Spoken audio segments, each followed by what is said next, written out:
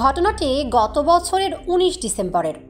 ওই দিন রাতে ঢাকার পূর্বাঞ্চলের 300 ফিট সড়কে ঘুরতে গিয়ে প্রাইভেট কার চাপায় প্রাণ হারান বুয়েটের মেধাবী শিক্ষার্থী মুহতাসিম মাসুদ।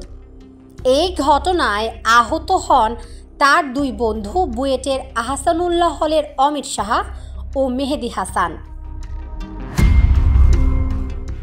ঘটনার সময় মদ্যপ অবস্থায় প্রাইভেট কারটি চালাচ্ছিলেন সেনাবাহিনীর সাবেক কর্মকর্তা আবদুল্লাহ আল মামুনের ছেলে মুবিন আল মামুন।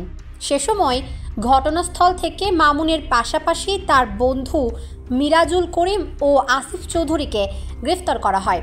পরদিন মুবিন ও মিরাজুলের ডোপ টেস্টে ফল পজিটিভ আসে।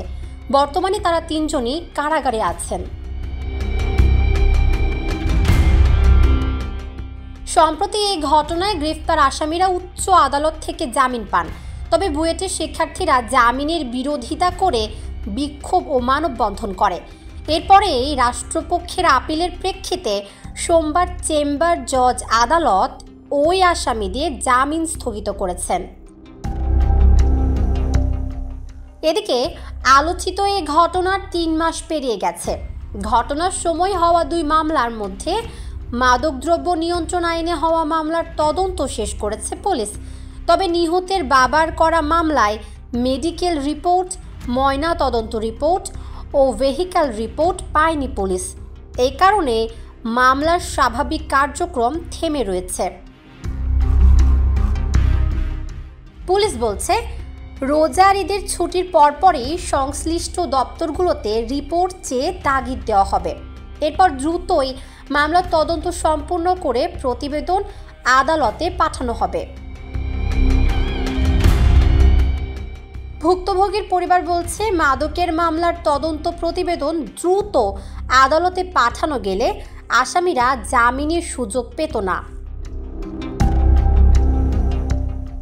মামলা তদন্তের কর্মকর্তা রূপগঞ্জ থানার এসআই জাহাঙ্গীর আলম ঢাকা টাইমসকে বলেন, মেডিকেল রিপোর্ট, ময়না তদন্ত রিপোর্ট ও ভেহিক্যাল রিপোর্ট এখনও হাতে পায়নি, যার কারণে ওই ঘটনাটির অনেক কিছু পরিষ্কার থাকলেও এখনও তদন্ত সম্পন্ন করা যায়নি।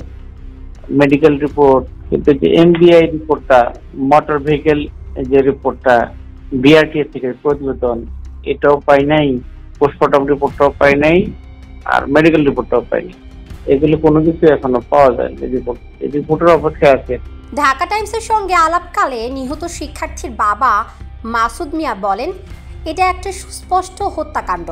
সেদিন রাতে আসামিরা ফুটপাতে দাঁড়িয়ে থাকা মুহতাসিম মাসুদ সহ 3 জনকে ইচ্ছাকৃতভাবে মদ্যপ অবস্থায় লাইসেন্সবিহীন গাড়িতে গেম খেলার মতো বেপরোয়া গতিতে চালিয়ে এই হত্যাকাণ্ড ঘটিয়েছে।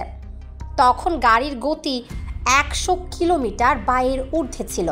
এটা কোনো রোড অ্যাক্সিডেন্ট নয়, এটা ইচ্ছাকৃত হত্যাকাণ্ড। এ সময় মামলা তদন্ত প্রতিবেদন জমা দিতে ধীরগতি নিয়েও প্রশ্ন তোলেন তিনি। বলেন, তদন্ত শেষ করতে ধীরগতি আসামিদের উপকার করছে।